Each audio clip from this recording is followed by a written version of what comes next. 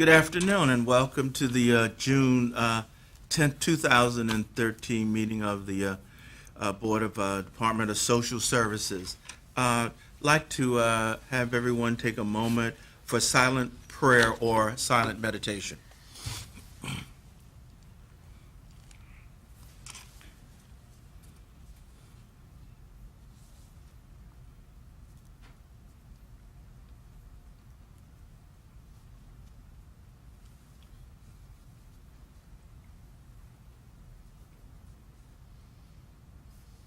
Okay. All right. Let's see. As you know, we've instituted use of public comments, and I just wanted to check: is anyone here? No one's here. Okay. Again, I really encourage all the citizens of Pitt County to make use of that and to voice their concerns to us. Let's see. Today we're looking at revising today's agenda. I do have an addition to the agenda, which is a resolution to oppose the closing of Walter B. Jones, and I'd like to add that to the agenda. I so move, Mr. Chairman. I second. Okay. Motion has been made and seconded. All in favor? Aye. Aye. Are there any other additions? Next, I'd like to look at the minutes of the previous meeting. I move the approval of the minutes as mailed, Mr. Chairman. I second it. Okay. Let's see. Motion has been made and seconded. All in favor? Aye. All those opposed? Okay. And we have a second set of minutes, also of a called meeting on May 29th. I have one issue I wanted to just talk about, and to be sure that I'm understanding it. It's on the first page. Ms. Lanier clarified that the number of recertifications is sent out automatically from the state and may not be a true number. I'm not sure I understood that totally. Okay. What she's referring to is that the number that we start with is a potential number, but the number we end up with is based on recertifications that are actually returned. So that's the maximum that we would have for the month based on recerts that are sent out. But unless a client returns a recert, we cannot complete the recertification. Okay, so it's on the client not returning information, and that will lower that number. That's correct, if we don't receive the recertification back.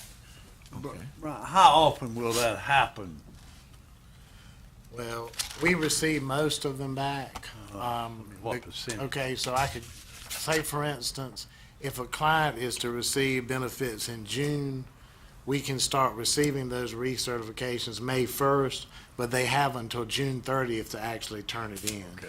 before the There's case nothing- is closed. Nothing we can really do about that. Is That's correct. In other words, if it comes in after May 31st, then the benefits are prorated based on when it's received in that month of June. So there is a prorated amount if it's not in by the end of May. Okay. Charles? During that call meeting, and I didn't see it in the minutes, but during that call meeting, one of the questions was what we were going to need in IS help, and the county manager, I believe, directed Mr. Perry to send him a letter stating what those needs were. And what we were trying to do was document that we've already made all those requests from our end. We have made those requests, and we were able to get the IT staff working with the state staff, and the monitoring results and our monitoring showed that we were the second highest in the state. So at the present time, with bandwidth and everything, we are looking good. We were able to get that equipment up and running. So we've been in constant contact with Mike, and everything looked great at this point in time. Okay. All right. Well, that's really good. I didn't see the minutes Yeah. reflecting that we had Okay. made that asking, so if we could do that. I think, Mr. Chairman, that's very important and that we stay on it by letting the state know that we're very much concerned. I think they're going to cooperate with us and help us in every way that they possibly can. And they are do. cooperating with us, and Yes. we'll start, since the equipment is up and running, we'll start getting a regular monitoring of how we doing. And they will be doing 3 sample periods each day. They will do it in the morning, afternoon, and evening, so we'll be able to show what the time, the seconds is Yeah. throughout the day. I'm sure we'll cover, but we know the supervisors, we're hoping to hear from those supervisors as to the progress in which has been made. Looking forward to that. I guess mine was that we get the minutes reflect that, and if you sent the letter, he had asked for a letter, if you sent that, then today's minutes can reflect all of Okay. that. Okay. That's really good that we're second highest in the state in bandwidth, being that there are 100 counties. And so we're in pretty good shape in that fashion, because that's going to help out a lot in terms of getting the material processed. What's so good about it's gonna help out the people, the citizens of Pitt County, because they're not going to be behind in getting Medicaid and all the other stuff, see. That's true. Okay. I'd like to get a motion on these minutes as amended. I so move, Mr. Chairman. In a second. Okay. Motion has been made and seconded. All those in favor? Say aye. Aye. All those opposed? Okay. Next, we're going to move on to status of agency personnel, and that'll be by Mr. Perry. At the present time, we have 12 vacancies within the Pitt County Department of Social Services. We have 4 positions that are frozen, and on the sheet, you'll see the priorities. We have 2 that we're interviewing for, 1 that's advertised, 2 that we're screening, and since our last meeting, we have filled 3 positions. And as always, are those positions, have those been filled internally or We have externally? 1 that was filled internally and 2 from the outside. 1 was a promotion in-house, other 2 are individuals coming in from the outside. Okay. And that's really good, because that helps in terms of speed things along. All right. Next, we're going to move on to matters which require board action. And that'll be first by Ms. P.J. Quinn. Yes, sir. We received $6,683 of federal funding for our daycare program this month. Okay. And was that expected?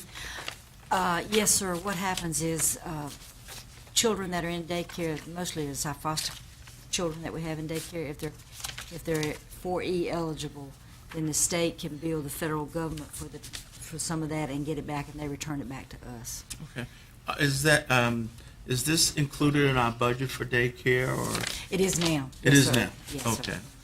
All right.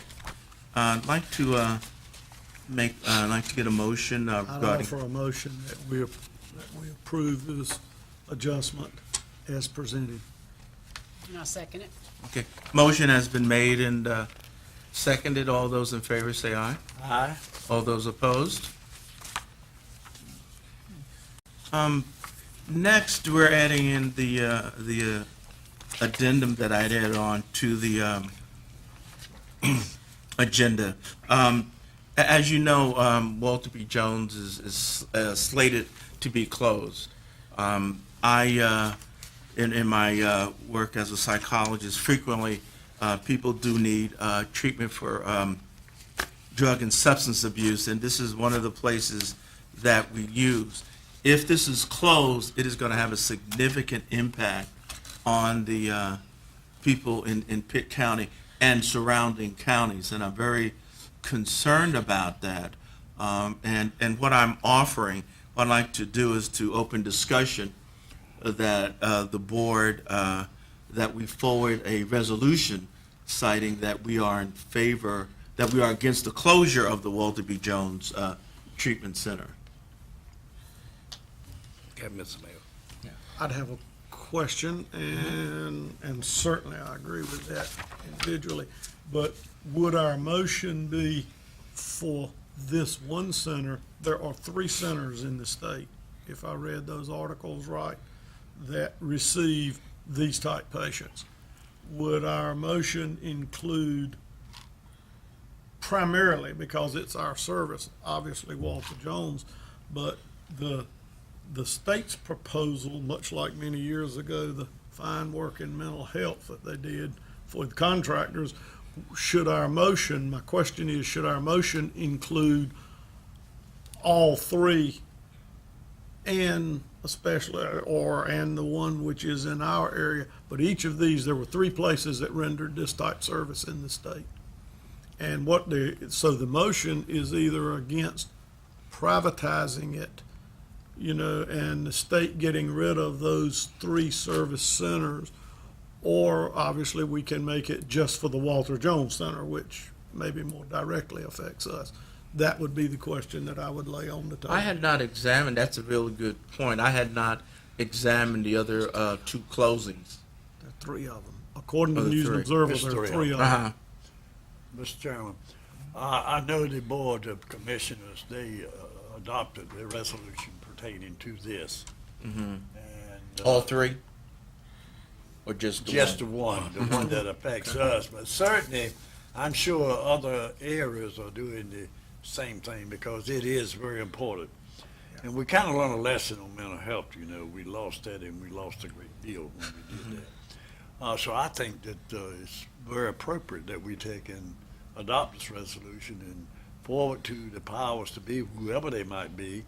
Raleigh, of course, that's the one that's doing it, but they're doing a lot up there. I don't know what they know what they're doing sometimes, but that's not for me to judge, I don't suppose. Okay. But anyway, I think it's very important that we do that. Okay. I guess one thing that we might need to do,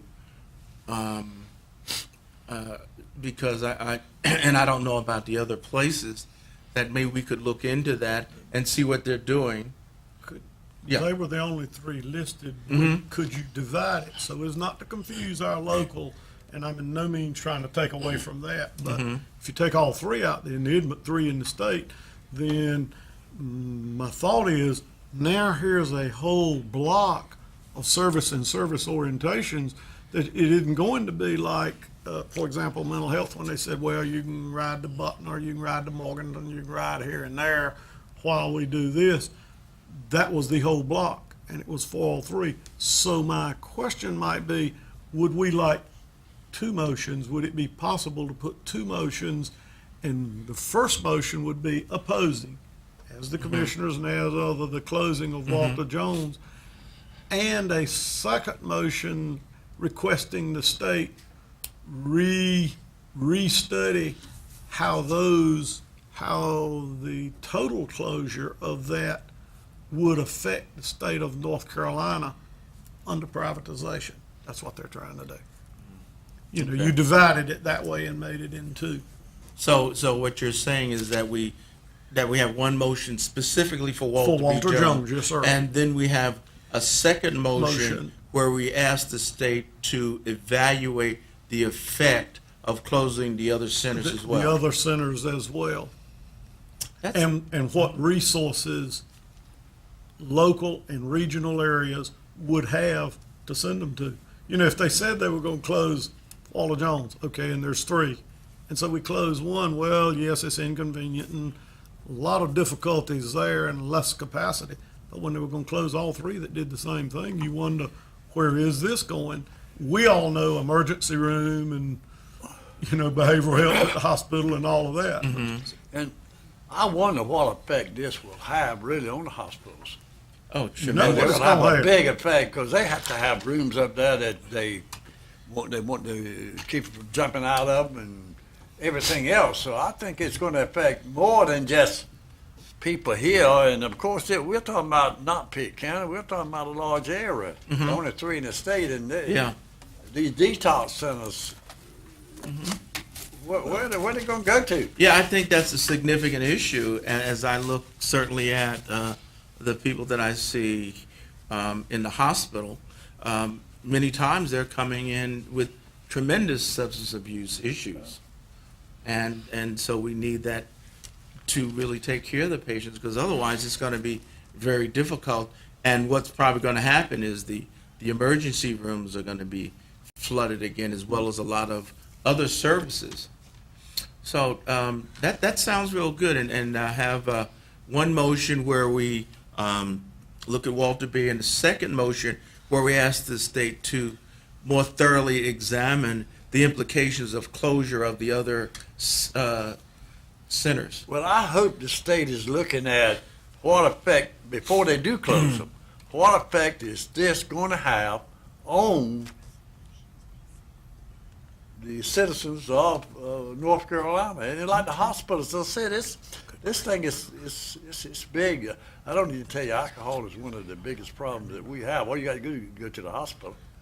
You know that. Yeah. Broken Mr. home. Chairman, where did these resolutions go? If our board, We'll go to the General Assembly. General Assembly. I'd send them to all of them. Heck, I'd send them to the congressman. Congressmen, senators as Everybody. well. That's right. It's the two senators at the same time. I would. Yeah, I think that's something that we really need to do, and we really need to be And you don't need to proactive on wait on it. This is going to happen fast. Well, Hey, that's not going to happen next year. Next, Sure. many of the people that we are here to help serve have all kind of logistics problems. When you look at transportation problems, logistic problems, and something, when service is not offered and they're left in the blank, then the only hope that they have is to go straight to the medical services system. And that starts with ambulances and winds up in emergency rooms, because that's the only access. certainly the VA hospital is going to play a part here now, whether you like it or not. I don't need to tell you a lot of your problems, the military and so forth. I Sure. was in it. I know what it is. Certainly, certainly. Why don't we have a motion? Maybe I would offer the first, or maybe I should let you all, I might offer a second one. The first motion in support of not closing Walter B. Jones as a treatment center. Okay. Anybody want to make that? Oh, yeah, but Second. the county, do you have one from the county? I Yeah. thought it was good. We have basically the same one that the county used, with just taking commissioners out and putting social service board. Right. Exactly. Sure. I make a motion that we do that. Yeah, I'll second the motion. Motion has been made and seconded. All those in favor say aye. Aye. All those opposed? Okay. Yeah, but I would like to see us send it to the senators, the whole thing, Okay. because they do have an input. It affects their people. Okay. Senators and representatives. Yes.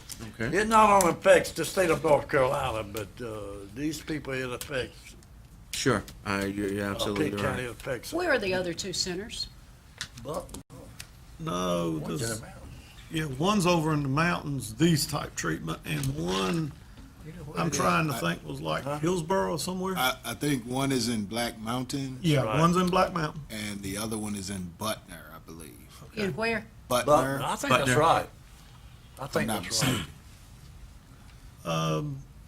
Could I then offer a motion, that second motion, that same, going out to the same people, that we ask the state to look and inform us as a board before these are closed down, so that we are able to help with education and information, serving the people that we serve, all the clients that we have contact with, before they close and on that one, we'll say any of the centers.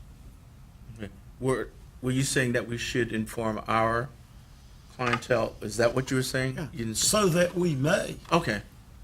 So all the people that are receiving social services, Yeah. let them be aware of that. So that we can inform our clients of changes in service levels.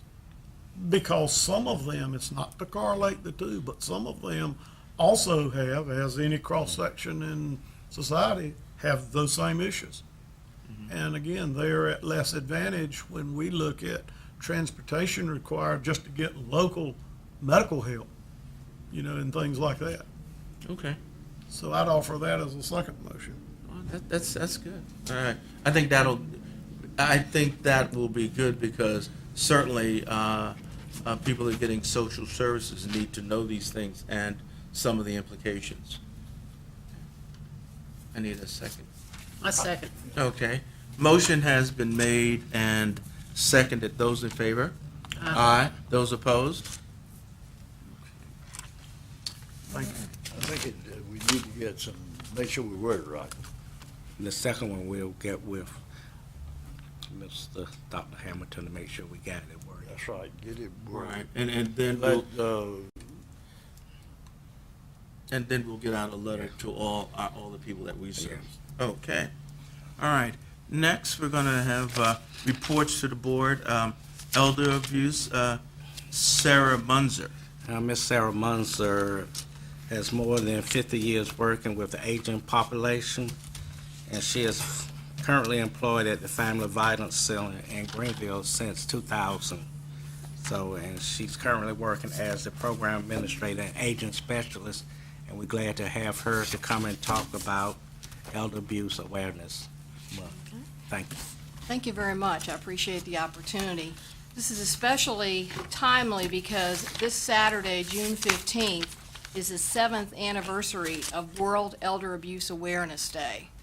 It started in 2006 as a way to promote awareness of elder abuse. Because when I started our program in 2000 for domestic violence victims in later life, a lot of people were not familiar, and a lot of people might even heard the word elder abuse. So I wanted to just give a little bit information today on elder abuse. I have some sources here. You have a packet here of information. The first section I want to talk to you about is the number of elderly. When you're talking about elder abuse, it's a problem that's going to grow. And basically, you look at the stats from the National Center on Elder Abuse, you see two lines here. One on the population 65 and over through the year 1900 through the year 2050. You can see how it's growing. The last stats for the last census in 2010, about 13% of the population in our country was over 65. By the year 2050, that's going to jump to 20% of the population. And the fastest growing segment of the population in our country are those over 85. There's going to be 19 million people, according to projections, in 2050 that are 85 or older. So this is an issue that is going to continue to grow. We've seen it continue to grow. Hopefully the awareness will continue to grow. Now, when we're talking about elder abuse, there's a lot of different definitions. I like the definition for the National Committee for the Prevention of Elder Abuse. And they say that's any form of mistreatment that causes harm or loss to an older individual.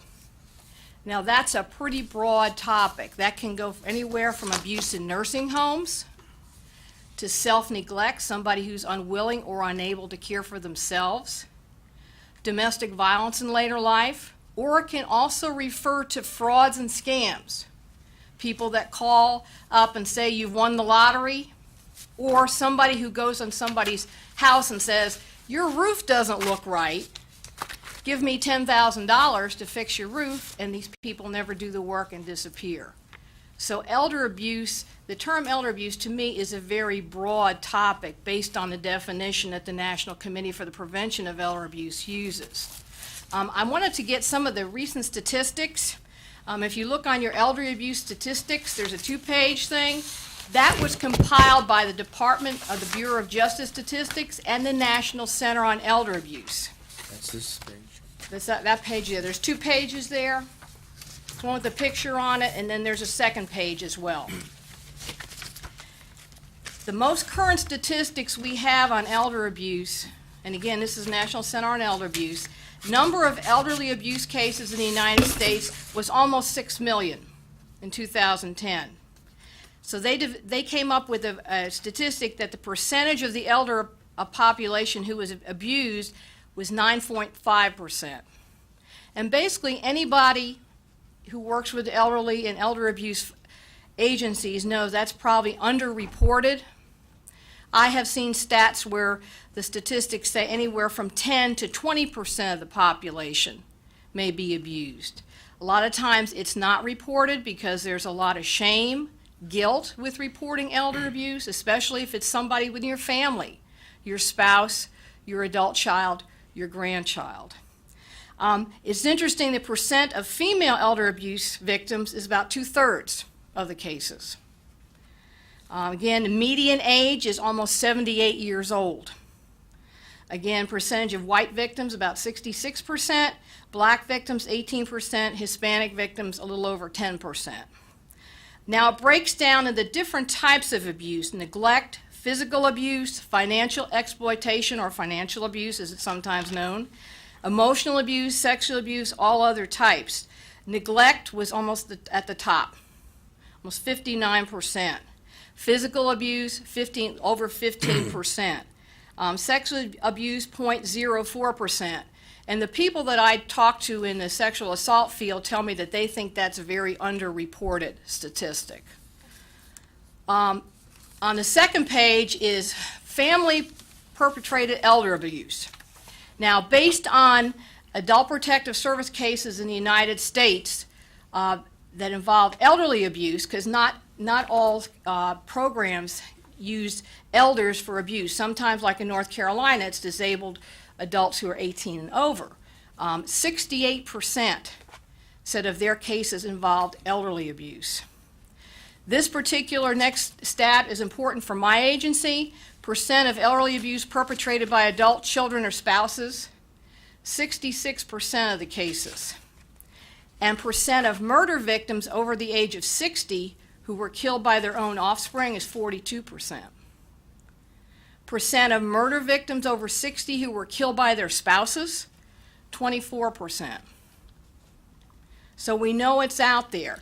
According to the National Center on Elder Abuse, most of the cases of elder abuse involve family members, almost 90%. And that is usually contraindicated because a lot of people, when they think of elder abuse, they think of abuse in nursing homes. Maybe they've seen the 60 Minutes, 20/20 specials where they've seen staff abusing elderly in the nursing homes. And that is an important part of elder abuse as well. But 90% of the identified reported abusers are family members. And again, the source for this, and you can find this on the internet, is Statistic Brain, and those stats were from the National Center on Elder Abuse and Bureau of Justice Statistics.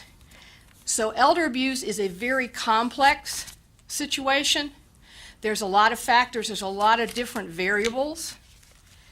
In the Center for Family Violence Prevention, when we see somebody who's a victim of elder abuse, they're usually a victim of family violence or domestic violence in later life. Some of these cases are people who were in domestic violence situations where what we call domestic violence grown old. It was something that was established earlier in the relationship, earlier in the marriage, and it continued and became what we call elder abuse just because somebody became over 60. We also see other family relationships, both current and former, where the dynamics are domestic violence in later life, the power and control issues.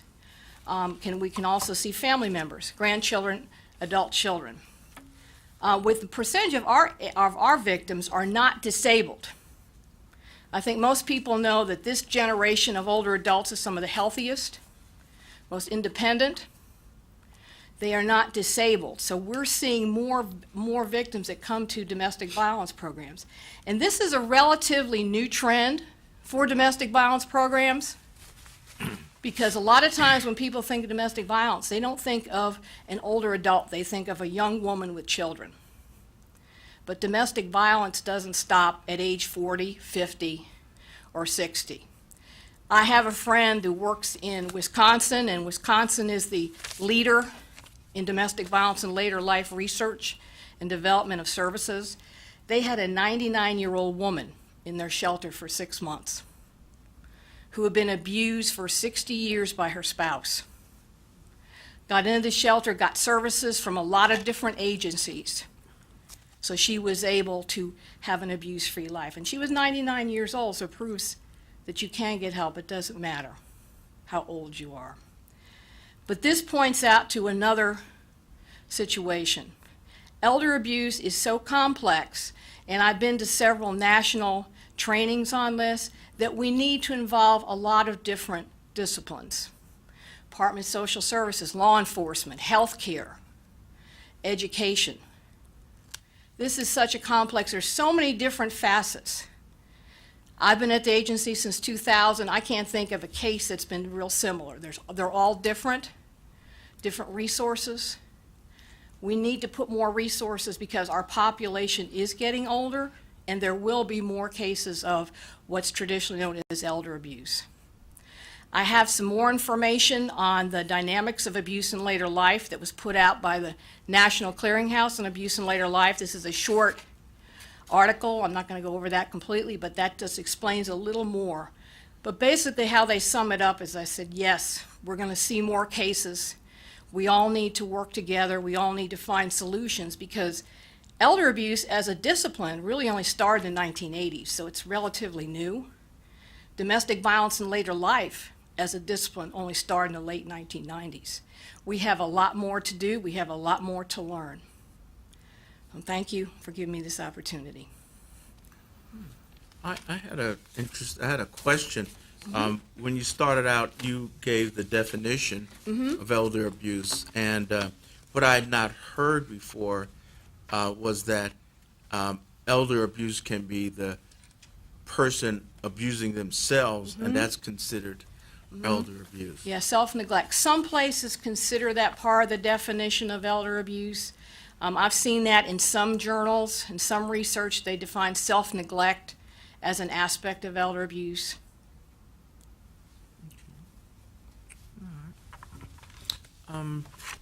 These are really very good statistics. I'm wondering, would we be able to put some of these on our website, DSS website?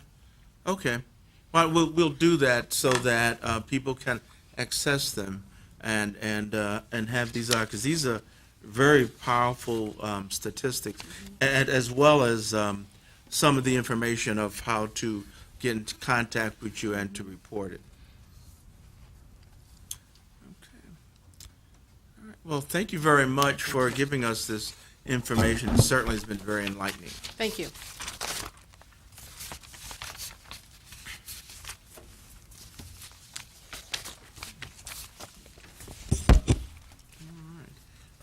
Next, we are goals and objectives, third quarter. That'll be by Brian Everett. Okay, if you look on page 22 of your board packet, please, I'd like to highlight our child support enforcement results. Our goal we're trying to reach for the number of cases under order, or the percentage of cases under order, meaning that orders, child support orders have been established for these cases is 91%, and for the first 3 quarters, we're at an average of 87% of those cases under order. So we're maintaining 87%.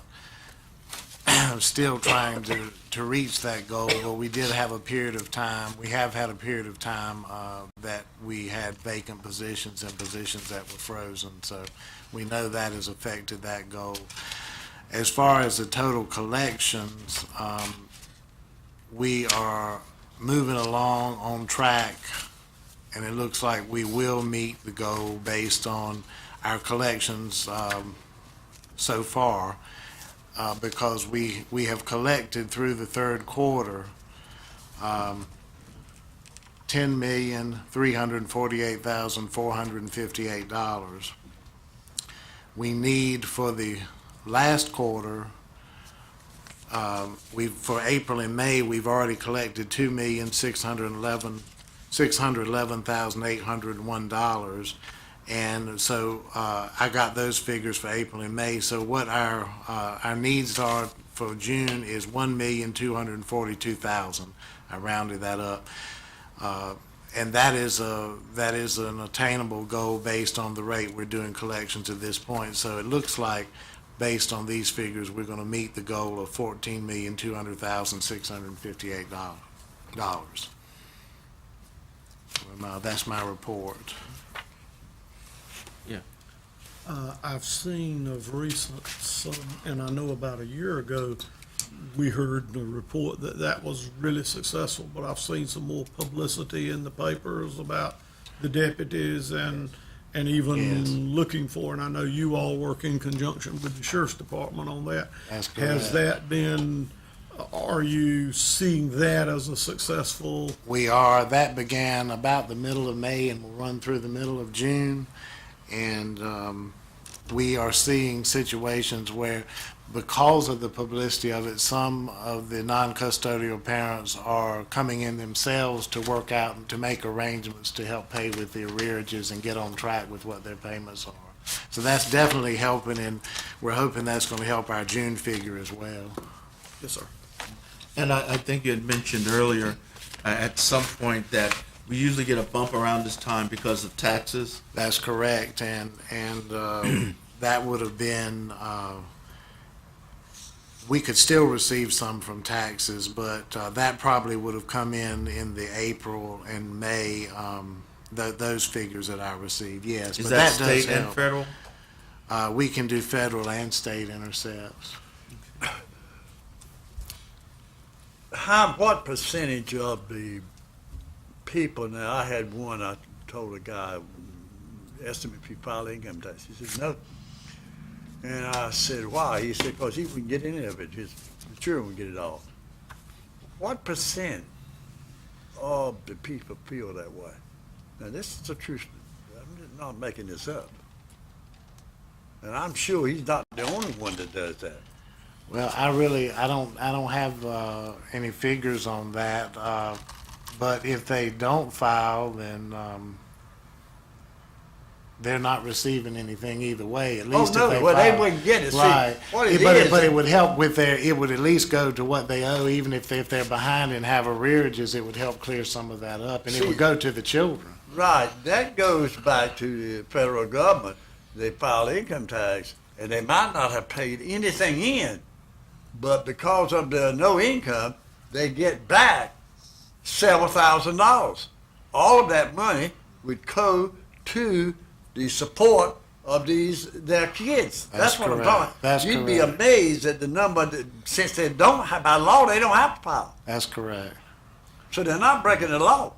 But if they did file, then look what they would be getting, social service would be getting. Well, I think You know where I'm coming I from? think you're referring to the earned income tax Right. credit, and that normally is filed by the parent that actually has has custody of the children in Yeah. most cases. Yeah, but the other ones did, and he was right, I know, because I've dealt with it.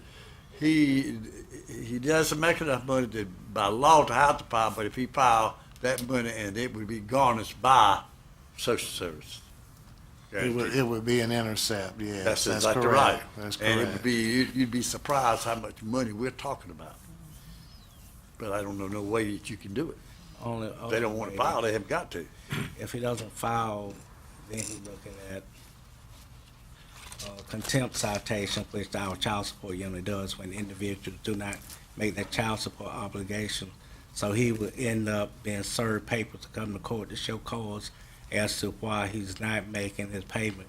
And if he found in contempt, he would serve 120 days in the detention center until he come up with that purge amount. So, there's options there to collect, but it's still his choice. If he rather for the federal government to keep the money as opposed to, Well, I, as a county taxpayer, don't want to be him going to jail and us paying him $50 a day to keep him in jail. Yep. What are you talking about? My goodness, in this world. I think that does, and I'm glad that the public is here and through this medium, television, will hear and understand what George just explained. Yes. That if they're called in and saying they've nonchalantly waved it off their responsibility and they didn't file because they wouldn't get it, but at such time as those papers, if I heard you correct, George, go in, and then the judge can ask, and so they could be found in contempt of court, at least some structured, extra follow-through. That's the only way you can do it is with the judge going through. Right. Beginning with the federal government and so forth. If we, at such time, George, as we are in court or the court papers are filed, do we have somebody there at that time? Is there somebody from this agency that has to be there when that person appears in court? Yes, we have child support court, we have enforcement court, establishment court. So whenever we have court, we have our attorney present and our child support agent present, and they present before the judge. And the judge listens to the absent parent as well, and then he would enter an order stating that he finds you in contempt for X amount of dollars, and in order to get out, you have to pay this amount. Thank you, sir. You got a very complicated thing. Believe me, you have. It's It'd be nice if everyone made their support obligations. Made that, certainly. Okay, next we're gonna move to the director's report. We have a presentation of a plaque to Mr. Charles Mayo, and this reads, "For 6 years of service awarded to Charles Mayo for your service and dedication to the citizens of Pitt County, Social Service Board member from 2007 to 2013. So we just want to thank you, Mr. Mayo, for your being on this board Thank you, sir. and for working for the citizens of Pitt County. Okay.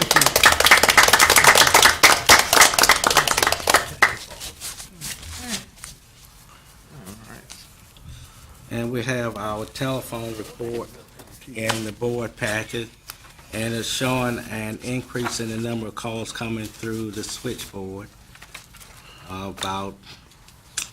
Look like they're back on target from January, so that's our major increase in the calls. We're still averaging food and nutrition services, still showing the highest amount of calls coming in, and then child support next. I imagine with child support, you have establishment and enforcement of court orders with the absent parents and the custodial parents calling in, so we can see that those things are running basically the same. Daycare report, we are on target to spend the amount of money allocated for us, and I think, this is last month, like May, payable in June. Yeah, this is the last one. This is last month, so we're on target to meet that, not to overspend, pardon me, on target not to overspend, but on target for that. In our packet, you have the final letter on the non-emergency Medicaid transportation audit report. We were able to clear out everything except finding one trip request, so we have no additional things to do on that, so that's a good report for Medicaid transportation. The state is, I think, still trying to decide whether or not they will go with private providers or whether or not the counties will continue doing Medicaid transportation. So it looks like the counties will continue to be responsible for Medicaid transportation. If anything changes, we'll let you know about that. And NC Fast backlog report, if you look at the report, you can see that, I'm trying to find my report. You can see that, and you're seeing May twice, but it should be, the second one should be June 13. You can see that for June 13, we have 2,047 research that's due, and it would depend on whether or not everyone turns in the research, like we said before. But if everyone turns in the research, we'll have 2,047 research to do. We have 445 that was left over from May. We have our special project going on. We did the last 2 weeks in May working on just getting the May research done. Now we're starting this week, start working on June, so we're still on task to reach June 30th. We still shooting for June 30th date to have June research done and moving into July with July for July. So we're moving on that. We still have staff working over either coming in early in the morning or being available on Saturday to work, but trying to get everything done, get current so that we can move into July with a clean slate working on July. So we're looking at approximately 3 weeks 3 weeks. that will be, Let your Where we should- employees know we appreciate it very much. And I appreciate it too because it's, Yeah, you tell them that we do appreciate it, Yeah. proud of them. and in July, we'll let you know where we we made it. And I just want to say once again that it's been, Mike with MIS been working with us and the county manager diligent on those things that we discussed, and I think we got all that worked out. So with the county manager, Mike, help, we were able to get the system, the monitoring system up and got that taken care of. So now we'll be able to track it on a regular basis. okay. And as you know, that was just a significant concern that we do make that deadline of Yeah. June 30th. Let's see, did you read the information on closed session? North Carolina General Statute 143-318.11 regarding closed sessions. Section A, permitted purposes. It is the policy of this state that closed session shall be held only when required to permit a public body to act in the public interest as permitted in this section. A public body may hold a closed session and exclude the public only when a closed session is required. Also, item number 1, to prevent the disclosure of information that is privileged or confidential pursuant to the law of this state or of the United States are not considered a public record within the meaning of Chapter 132 of the General Statutes. Okay. I'd like to have a motion to go I into move closed that we session. go into executive session, Mr. Chairman. Motion has been made and seconded. All those in favor say aye. Aye. All those opposed?